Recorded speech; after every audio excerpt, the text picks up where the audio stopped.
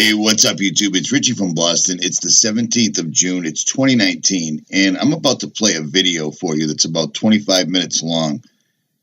It's one of the big videos that YouTube and Google do not want you playing, but this channel has done an amazing job on this, and I think this information is pertinent. So if I were you, I would rip it and flip it, copy it, and share it. I don't know what this dude talks about on his YouTube channel. I just discovered him through another channel called Many Fish. But once I watched this, I had to re-up it. So you probably should too, because I would imagine it won't be around very much longer. But again, I digress. So as you saw the other day, a helicopter crashed into the top of a building in Manhattan while trying to make an emergency landing. And of course, every time this happens, and it's happened a lot over the last 2 years, it leads us to the now infamous Q post that states that 7 out of 10 plane crashes or helicopter crashes, whatever, are not accidents. But now we have this great post from Joe M. at The Storm Is Upon Us on Twitter that says, things to know about the New York City helicopter crash. It collided with the top floor, which is owned by Sidley Austin, Obama's corrupt former Chicago-based law firm. The same firm who had floors 54 to 59 in the World Trade Center North Tower on 9/11, where not one of their 600 lawyers died. And of course, none of their lawyers died. They're hooked up with the world government. And if you look here, what else do we know about 9/11? Marvin Bush, the head of Securicom, the company that did digital security for the towers, and his dad was George Bush Sr., who was hooked up to the CIA, which is one of their intelligence branches. You have the majority of the hijackers were Saudi nationalists. That links up to the House of Saud, most of whom had their visas approved by none other than John Brennan. Or what about possible ties to the world government's other intelligence agencies?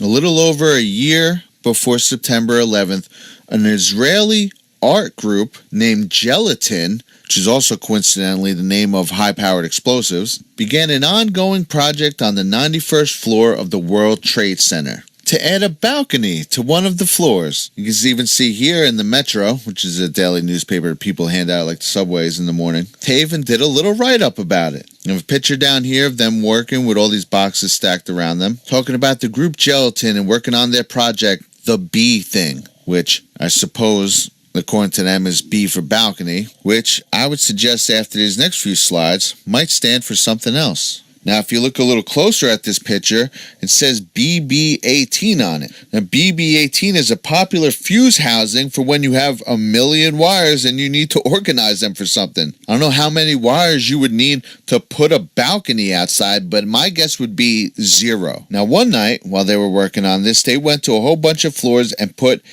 E-Team, showing that they had access to all these floors, which is exactly where the first plane hit. They lit up floors 90 to 94, and the first plane, or the first explosion, happened on floors 93 to 99. After this was all done, they published a 62-page book about it, which is extremely hard to get, as you can imagine, which includes pictures of them doing it and all about it, and then some of their sketches. Now, keep in mind, these are supposed art students, okay? Now, I know art doesn't always mean drawing. It can mean many things, but nevertheless, these look like the scribbled-out blueprints of a heist or something shady. Here's one with the tower.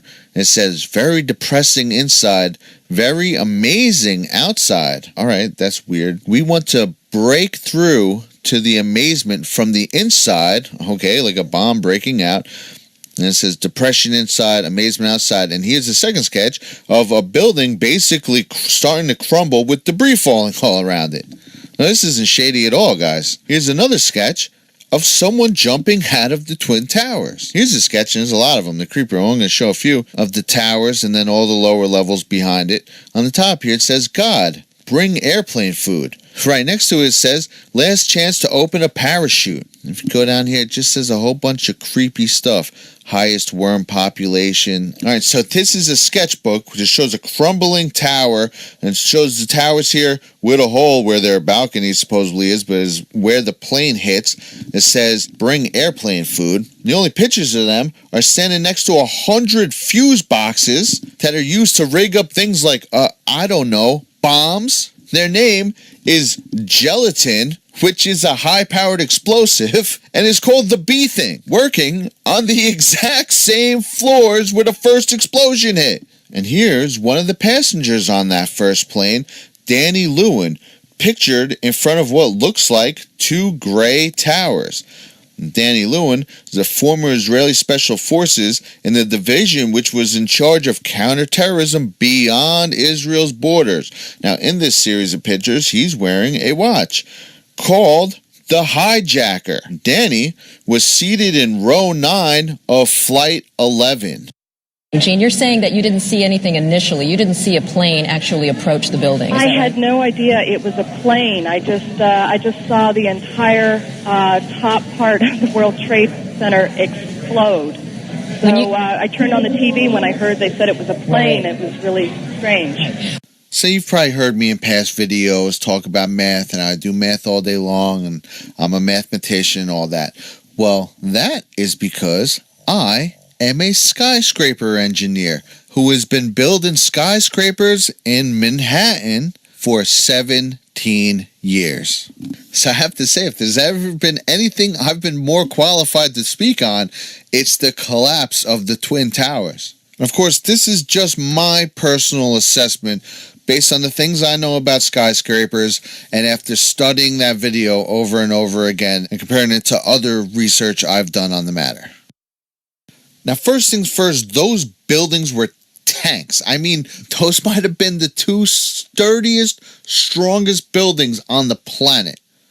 Now, majority of buildings get most of their strength from the core, around like the elevator shaft. That's where the heaviest steel will be, and it'll come up the middle of the building. And it creates like a spine. So this is where most of the strength from the building comes. Now, if you look at the Twin Towers, they were built like that, like every other building. They were also built with an exoskeleton of some of the heaviest steel in any building in the whole city. To make even anything other than a dent, let alone a hole that size in those buildings, you'd have to drive an aircraft carrier into them. A plane like that would just shred itself like paper, would barely even enter the building. The majority of it would crumple and would just fall down to the ground. I don't care how much jet fuel's on board. I don't care what. Look at this airplane being scrapped here. Look at this thing going through it like paper. They're nothing. They're little tin nothings, these planes. There is no way on earth that thing could blow a hole into the most solid building ever created. So now the second part of this. Let's say on some miraculous occurrence, it does blow that hole into the side. So now you got the top, however many, 10 floors or whatever, about to fall onto the bottom 90. And this is everyone's favorite theory. It says it's pancaked. The building just pancaked. It's like cringe every time I hear that. First of all, that's not even what pancaking looks like. When floors pancake, the horrible occurrence that this is, they stop. They go floor, floor, floor, floor. So look at this video right here. If you can see briefly, there's a lot of smoke. It drops the floor and stops for a second. Then it drops again. So look at this one collapsing. It collapses a floor and it falls over. These are the two most common occurrences with a pancake. It either goes floor, stop, floor, stop, floor, stop, floor, stop, floor, stop, floor, stop, floor, stop. Or it hits a floor and then falls over. The only thing that would have ever happened with those buildings, a steel building no less, so pancaking usually happens with a reinforced concrete building, not a steel building in the first place. But the only thing that would have happened is that it would either the top would have dropped the floor, dropped the floor, dropped the floor, dropped the floor, and you would have seen it in a horribly slow fashion, and eventually would have just hit the ground, or what would have most likely happened, it would have fell a floor and the whole top would have fell off onto the street. But neither of those things did happen, did it? No, it free fell. There's only one thing on earth that can make a building free fall perfectly into its own footprint, and that's controlled demolition. Period. It's not even up for debate. And then World Trade Center 7, which everyone wants to dismiss. Meanwhile, this is a building that would be one of the tallest buildings, if not the tallest building in most of the states in America. It's like an afterthought. Didn't have a hole in it where the top floor could have pancaked. No, it had fire. It had fire debris, supposedly, inside. The fires weakened it. And did it start to crumble from the fire? No. Did it fall over? No. Did it pancake? Obviously not. It also fell in free fall speed perfectly into its footprint. I mean, how are we still even talking about this 18 years later? Furthermore, if you look into 7, you can see this video where the squibs are popping out. It's exactly what happens in a controlled demolition. That's them. They cut the inside beams, and then they have bombs to go off one by one. And you can see them blowing out the windows of the building as they're exploding, first collapsing everything, and then it falls. Also, you have Silverstein in this interview saying that he gave the order to pull it, which is the only terminology for pull it is a controlled demolition. Okay, pull it, and then they hit the thing and it collapses. Maybe the smartest thing to do is pull it. And they made that decision to pull, and then we watched the building collapse.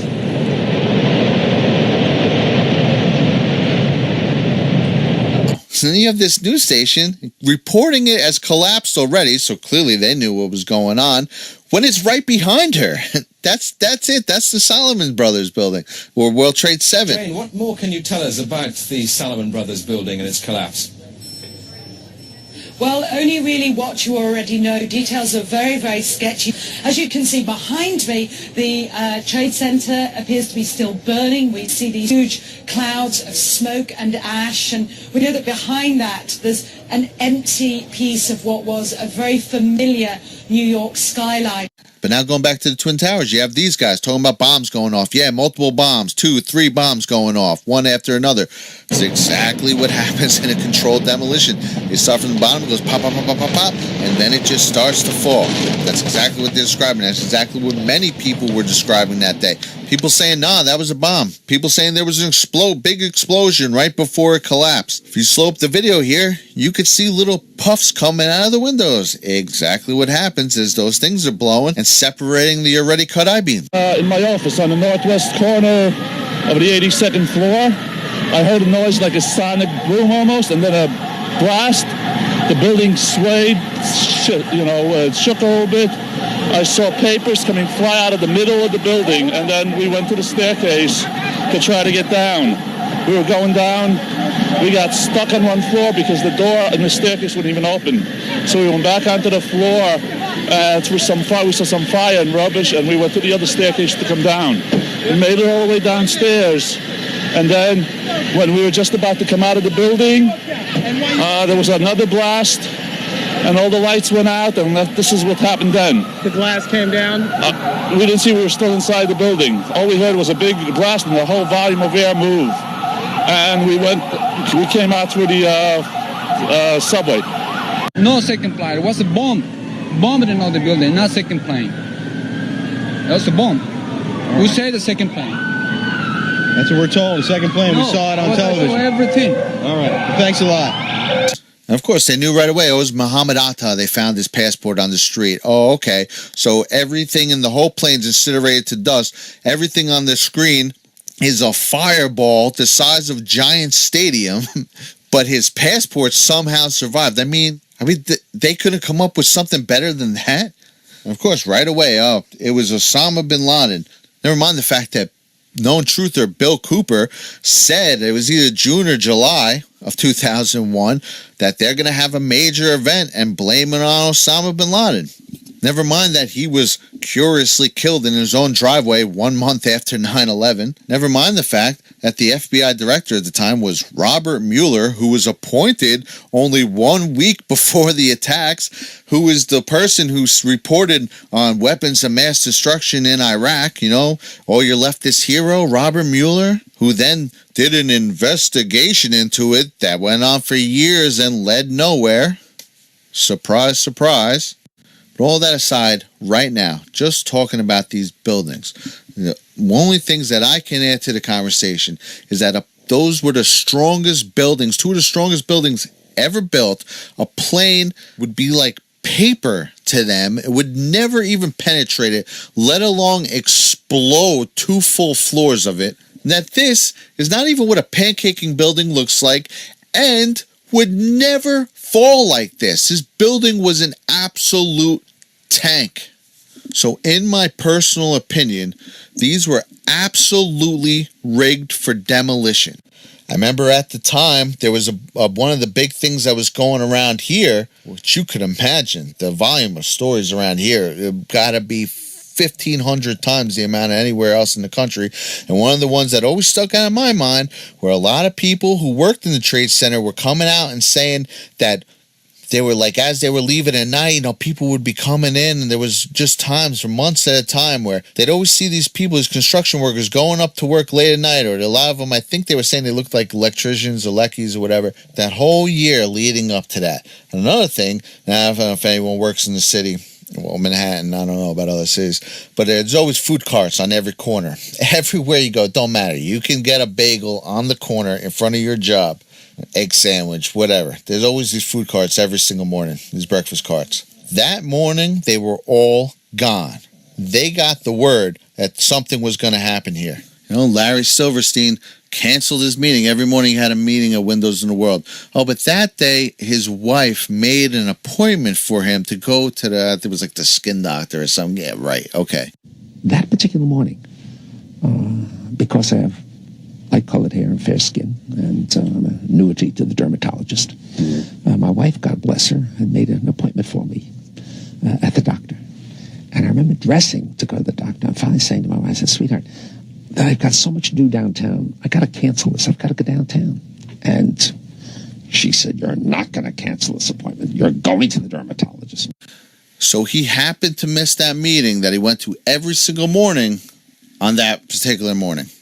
It had also come down just before he bought those that a whole bunch of asbestos had to be removed, which was an insane amount of money. It would have been impossible. He would have had to take the buildings down or shut them down or something. And here you have a FEMA worker being interviewed about the horrors that he's helping to clean up in the city, and he states that he arrived the night before 9/11. To be honest with you, we arrived on late Monday night and went into action on Tuesday morning. And not until today did we get a full opportunity to work the entire site. So let's just think about this for a second. FEMA arrived in New York Monday night before the attack.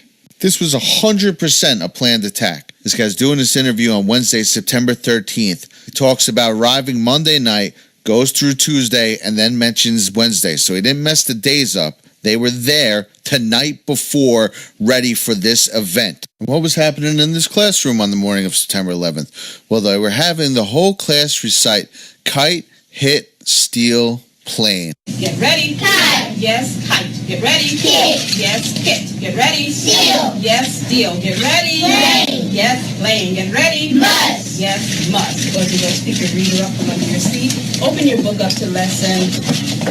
Oh, there's George Bush. And there's him getting told that the country is under attack.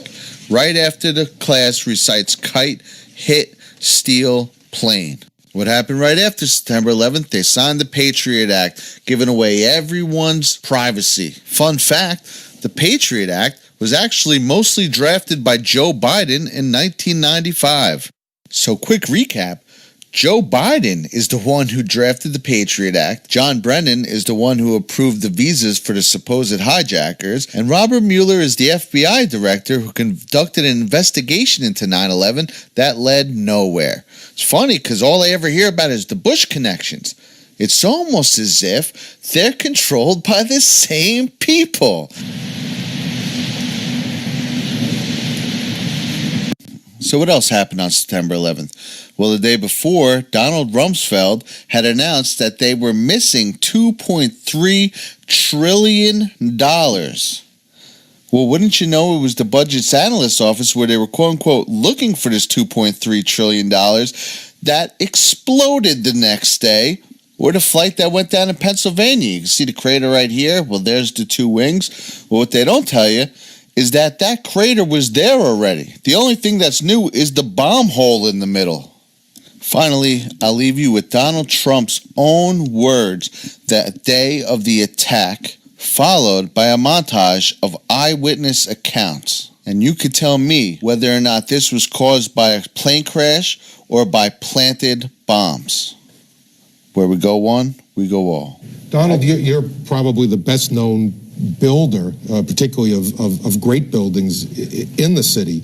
There's a great deal of question about whether or not the damage and the ultimate destruction of the buildings was caused by the airplanes, by architectural defect, or possibly by bombs or aftershocks. Do you have any thoughts on that? Well, it was an architectural defect. You know, the World Trade Center was always known as a very, very strong building. Don't forget, that took a big bomb in the basement. Now, the basement is the most vulnerable place because that's your foundation, and it withstood that. And I got to see that area about 3 or 4 days after it took place because one of my structural engineers actually took me for a tour because he did the building. And I said, I can't believe it. The building was standing solid, and half of the columns were blown out. I mean, so this was an unbelievably powerful building. If you know anything about structure, it was one of the first buildings that was built from the outside. The steel, the reason the World Trade Center had such narrow windows is that in between all the windows, you had the steel on the outside. So you had the steel on the outside of the building. That's why when I first looked, and you had big, heavy I-beams, when I first looked at it, I couldn't believe it because there was a hole in the steel. And this is steel that was, you remember the width of the windows in the World Trade Center, folks. I think you know, if you were ever up there, they were quite narrow. And in between was this heavy steel. I said, how could a plane, even a 767 or 747 or whatever it might have been, how could it possibly go through the steel? I happen to think that they had not only a plane, but they had bombs that exploded almost simultaneously, because I just can't imagine anything being able to go through that wall. As we were getting our gear on and making our way to the stairway, there was a heavy-duty explosion. The whole building just collapsed on us inside the lobby. Was that a secondary explosion? Yes, it was. That was planet, probably? Yeah, definitely a secondary explosion. I heard a second explosion and another rumble. An hour later than that, we had that big explosion from much, much lower. It just went boom, it was like a bomb went off. And another explosion came right from it, just everyone flying. There were numerous secondary explosions taking place in that building. There were continuous explosions. No, the first explosion, and there was a second explosion in the same building. There were two explosions. Okay. Federal agencies that were down there do believe that there was some sort of explosive device somewhere else besides the planes hitting. There was another explosion that took place in one of the towers here. So obviously, according to his theory, he thinks that there were actually devices that were planted in the building. There was a secondary explosion, probably a device either planted before or on the aircraft that did not explode until an hour later. Then there was those secondary explosions and then the subsequent collapses. That the FBI most likely thinks that there was a car or truck packed with explosives underneath the buildings, which also exploded at the same time and brought both of them down. Now, that's the first time we're hearing that. So 2 planes and explosives that were in the building. Is that correct? That is the working theory at this point. I heard a noise like a sonic boom almost, and then a blast. The building swayed, shook a little bit. I saw papers fly out of the middle of the building. When we were just about to come out of the building, there was another blast, and all the lights went out, and this is what happened then.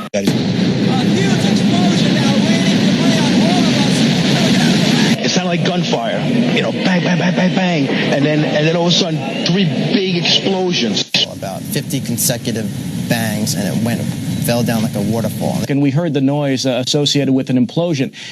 We heard a very loud blast, an explosion. We looked up, and the building literally began to collapse before us. We heard a loud explosion, and at that point, Building 2 was collapsing. At that point, we heard a large boom. I looked up and just saw the building coming at us. Do you know if it was an explosion or if it was a building collapse? To me, it sounded like an explosion. There was another major explosion. The building itself, literally the top of it, came down. All of a sudden, you hear explosion, and you could see the building starting to collapse. Huge explosion that we all heard and felt. We understand now there has been a secondary explosion on Tower 2. According to the Associated Press, another building that has either been attacked or exploded. The tower, rather, that has collapsed, though we are told, collapsed because of a third explosion. And about an hour later after that, there was a huge explosion at the base of the South Tower. That's One World Trade Center, and part of the building collapsed. We could hear a rumble, which was about 5 seconds long, preceding the actual collapse, and then a boom when each of those towers collapsed. Just seconds ago, there was a huge explosion, and it appears right now the second World Trade Tower has just collapsed. I was about 5 blocks away when I heard explosions. And then you heard from far away, boom, boom. And you heard the boom, boom, boom, boom, boom, boom. Floor by floor, it started popping out. It was if they had detonated. Yeah, If detonated. they were planned to take down a building. Boom, boom, boom, boom, boom, boom, boom. From the corner, boom, boom, boom, boom, boom, boom, boom, boom, boom. Just like 20 straight hits. And as the bombs were going, people just started running. And I sat there and watched a few of them explode. And it just started going pop. It just started going boom, boom, boom, boom, boom. And he goes, how fast? I go, like firecrackers. No second plane. It was a bomb. Bombed in the building, not second plane. That was a bomb. We started walking down the stairs. We made it to the 8th floor. Big explosion. Blew us back into the 8th floor. And I turned to Hesh. I said, this is it. We're dead. We're not going to make it out of here.